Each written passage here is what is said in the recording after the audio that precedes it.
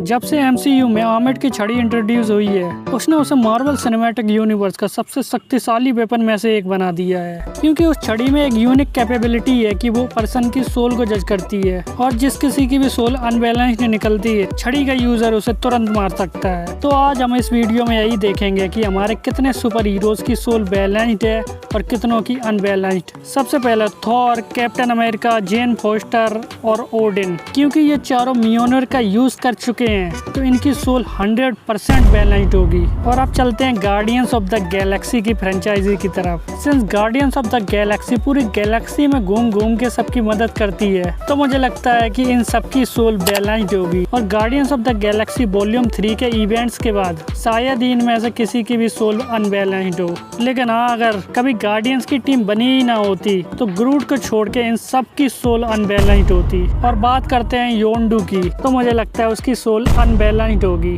क्योंकि वो रेवेंजर्स का लीडर था और उसने ये बात खुद कही थी कि उसने जिंदगी में सही काम बहुत ही कम किए। अब आगे बढ़ते हैं। फैल्कन की सोल बैलेंस्ड होगी। बकी बार्न्स अनबैलेंस्ड क्योंकि उसने विंटर सोल्जर बन के जो तबाही मचाई है, सुपर सोल्जर्स का नाम बदनाम कर दिया। ब्लैक विडो और ऑकाई, इन दोनों की सोल अनबैलेंस्ड होगी क्योंकि ये दोनों शील्ड के सीक्रेट एजेंट थे और सीक्रेट सर्विस में तो कभी कभी आपको ऐसे भी काम करने पड़ते हैं जो आप करना नहीं चाहते। और ऑकाई ने जो रोनिन बन के कत्लेआम मचाया था, उसकी सोल तो अनबैलेंस्ड होनी ही थी। शेरन कार्टर, अब तो ये पावर ब्रोकर है, अनबैलेंस्ड। अब आगे बढ़ते हैं। Valkyrie balanced. ग्रैंड मास्टर, ये तो अलग लेवल का रसिया था, अनबैलेंस्ड। और स्पाइडरमैन ने तो एमसीयू में अब तक कुछ गलत किया नहीं, तो बैलेंस्ड। आंट में सच्चाई के लिए मर गई, बैलेंस्ड। एमजे बैलेंस्ड, लेकिन सिर्फ एमसीयू वाली।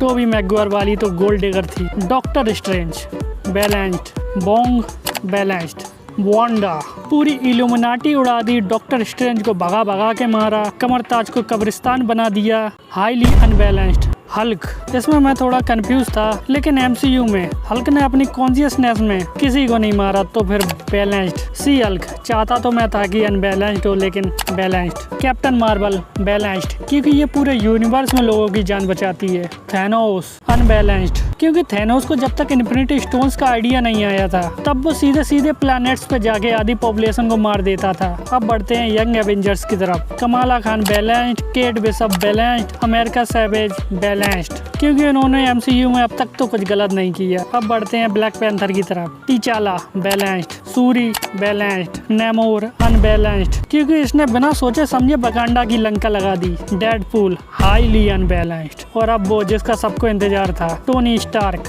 अगर एवेंजर्स 1 के इवेंट से पहले देखा जाए तो टोनी की सोल 100% अनबैलेंस्ड होगी क्योंकि आयरन मैन बनने से पहले इसने कई ऐसे काम किए थे जिसकी वजह से सोसाइटी को अच्छी खासी दिक्कतें हुई हैं। लेकिन एवेंजर्स 1 के इवेंट्स के बाद टोनी की सोल 100% बैलेंस्ड होगी क्योंकि फिर वो अर्थ को बचाने के लिए हमेशा सबसे आगे खड़ा रहा। और लोकी की सोल बैलेंस्ड होगी या अनबैलेंस्ड, ये डिसीजन मैं तुम पे छोड़ता हूँ क्योंकि लोकी को किसी कैटेगरी में रखना सबसे ज्यादा हार्ड है। वीडियो अच्छी लगी हो तो लाइक कर देना, चैनल को सब्सक्राइब कर लेना।